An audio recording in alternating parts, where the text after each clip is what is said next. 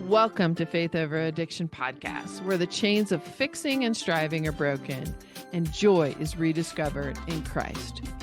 You are here because you know there's more for you, a life beyond addiction's chaos, rooted in God's peace and promises.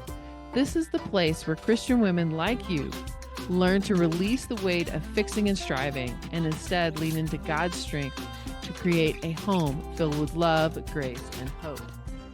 She is clothed with strength and dignity. Proverbs 31:25. That's you. You may not feel like it yet, but you are stronger than you know. And God has so much more for you than carrying someone else's addiction.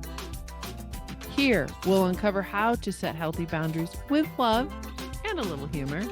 Find resilience and grace in the messy moments of life. Celebrate small victories and embrace joy like never before.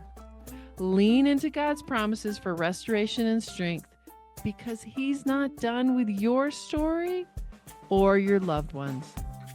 This is your invitation to rise up, embrace your worth in God's kingdom, and take back what's been stolen by addiction, your peace, your joy, your future.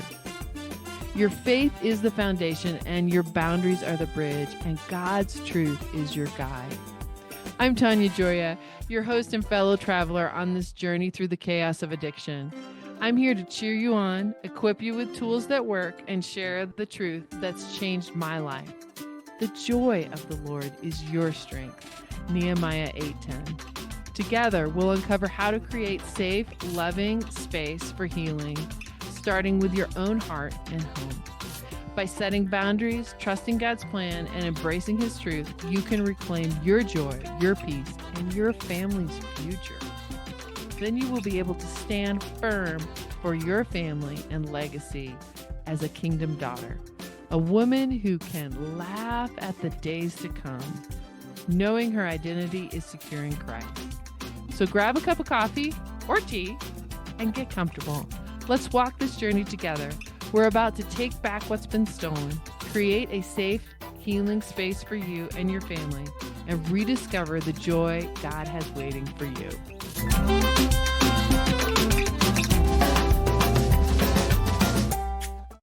Celebrating yourself. Have you learned how to celebrate yourself to be that person who doesn't need another person's validation, but you can celebrate yourself? I had the most wonderful experience when the boys were little. We were living in the really big house on 20 acres. The snow was really deep. The scary thing was I couldn't get up the hill in my Honda van, which I dearly loved. So loved the Honda van. 2 opening doors just by a click, all of that. I couldn't get up the hill. Jerry was not living with us at the time. And I left the plow truck at the bottom of the hill. What I did not know, I'll tell you about at the end of the story. So here's something. I was just having a wonderful interview with a man about brain fitness. And brain fitness, we've all learned about our body fitness, and we're beginning to learn about brain fitness. And he comes at it from a context of unconditioning. So I want you to go listen to the podcast on brain fitness with Arnold and learn so much about how you can uncondition and be a beginner again. So when we're talking about being a beginner, one of the things that he talks about is praising yourself, not waiting for that outside validation. How many of us who are living with someone who is struggling with addiction or have lived with someone who is struggling with addiction are praise junkies? We are looking for outside validation for pretty much everything we do. And if we don't get that validation, then we go seeking it from someone else, has been my experience, and or we go down into maybe a low-grade depression or feeling like, oh, I need to keep fixing so that I can get that reward. So again, we're talking a little bit about performance love, and I have a whole podcast on that. So if you're struggling with, if I don't perform well, if I don't do the right thing, then I won't get the hug. I won't be loved. I won't be cared about. Sometimes even I'll be excommunicated from the family. I've had that experience too. That's a whole nother episode. Today, we're talking about brain fitness and rewarding yourself. So not waiting on somebody else to tell you you've done a good job, rewarding yourself. So back to my little story. So we had parked the van at the bottom of the hill. The guys are little, and the snowdrifts are high. If you've ever been out to Colorado, the snowdrifts are really high. And I am getting out of the van. The guys aren't more than about 2 and 4, getting out of the van, and I can't get up the hill. I can't walk up the hill with them. And it's a good stretch. So to put it in your mind, it's about 2 blocks up the hill. I can see the house, but I can't get up the hill with them. So I get into the plow truck. We warm up the plow truck. I put the plow down and I plow up. Everything's going okay. You know, we have a slight bend to go around. Everything's going okay. But the steepest part is at the very top, right before the house, that I need to go behind the house. So I'm plowing up the hill. And suddenly I gun it because I want to get up the top of this hill, right? I gun it and snow goes over the top of the windshield to where I can't see. I know there's a little shed up there. I know I need to make a turn to get behind the house. I know there's a fence I could run into. It's just the boys and I. I can't see, and it goes over the top. Inside, I'm panicked, right? And my little ones are sitting next to me in the plow truck, not in car seats, because I just didn't move the car seats for that, but they're sitting next to me in the plow truck, and they go, "Wow, can we do that again? That was so much fun. Woohoo!" And I, who am in a total panic, have gotten up on level ground, take a deep breath, and I look at them and I think, "Yay, mommy!" So I put my hands up in the air like a victory, and I'm like, "Yay, mommy! Mommy's a superhero! Woohoo!" This started a movement for myself.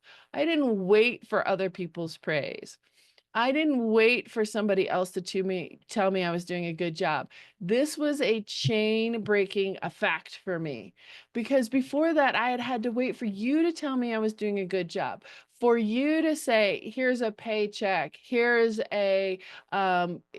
here's a button, or here's a patch, or here's something that tells you you are doing a good job." How many of us have been in organizations where we know we're doing a good job because somebody else pats us on the back, or because we've earned a badge, or because we've earned this? Sometimes that's why we go to school and earn the degree, because we're trying to prove to other people that we're okay, that we're enough. Well, I'm here to tell you, not only are you enough, but you need to start praising yourself. So I want to do a little exercise with you. This is short and simple. I want you to put out your left hand. I want you to cross it over your right shoulder, and I want you to pat yourself on the back and say, "I am enough. I am doing a good job. I am doing the best I can." Whichever one of those phrases resonates for you, because that's what Christ has already said to you. That's what Jesus has already said to you. You are enough. You are doing a good job. You are my beloved child. You are the person that I came to save on the cross. There's nothing about you that needs to be fixed. Come out and learn how you are my beloved. So today, I want you to take time and think, where have I done a good job? Where can I say to myself, put your name in there, "I've done a really good job." Put your name in there again, "I've done the best I can do." Put your name in there again and say, "Hey, I'm really talented at this." So that is part of brain fitness. And I want you to hop over and listen to that interview, because it goes deeper. But we are not worthy because we have made ourselves worthy. We are worthy because He made us worthy. And He expects us to be aware that we are delightful, wonderful people. And we can say to ourselves, it is not self-inflation, it's not arrogance. "Yay, I've done a good job with this today. I've provided meals. I have gone to work. I have cleaned the house." Whatever it is, to stop looking at the outside praise, but start looking and praising yourself from the inside, because Jesus is already saying that to you. Well done, good and faithful servant. Step in and accept that praise, even if it's just for a little thing. I got out of bed this morning. I did a good job. So, where is your snowbank? Where can you shout, good job, and insert your name?